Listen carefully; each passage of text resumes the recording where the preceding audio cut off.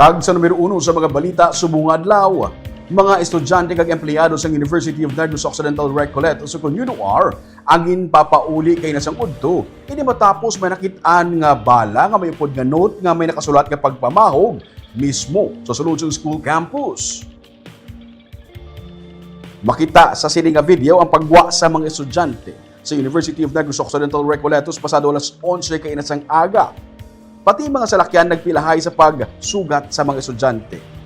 Ini matapos kag gin-suspend ang klase kag opisina kasunod sang security threat. Ginsiling ni Bacolod City Police Office Director Police Colonel Eugene Rebadomia, wala sang bomb threat nga natabo sa eskwelahan, parehas sang unang impormasyon nga nagwa sa social media.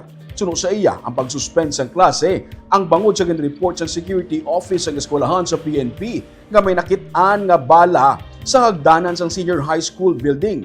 Sa tupad sang bala, may papel man nga nakit-an ang kapulisan nga may nakasulat nga plano nga pagkimalos sa mga nagapang bully. Matapos nga gin-suspindi ang klase, nagdinaguso ang mga ginikanan sa gwa sang eskwelahan agud pangsugato ng ilang mga kabataan. Parayon pang ginausisa sang kapulisan kag sang eskwelahan kung sino ang nagdala sang among mga bala pasulod sa school campus.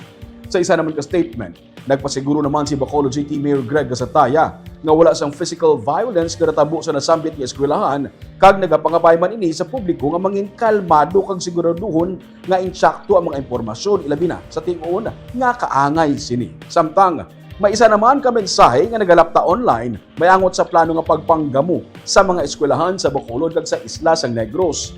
Nalakip sa among nga mensahe ang UNOR, Bacolod City National High School, Maranatha, Daet Elementary School, Vinson Piloy National High School, Mabini Colleges, kag Kamambugan National High School. Ginausisa pa sa kapulisan kung diin nagalin ang ini nga mensahe.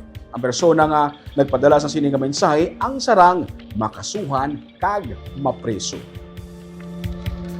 Amo na naging report sa amo, may nakita ko na mabala sa may hagdan niya duha ka bildo. Amo lang man siguro ang kuan, amo lang gikatuwa sa ato niya pulis. Pero wala sang bomb threat. Kaya ang bomb threat is different sa siguro gin-report lang sa bata ang may nakita sa nga bala. Amo na siguro. Kaya tika may mga posible may mga frame dira nga estudyante wala ta kabalo kung anong kuan.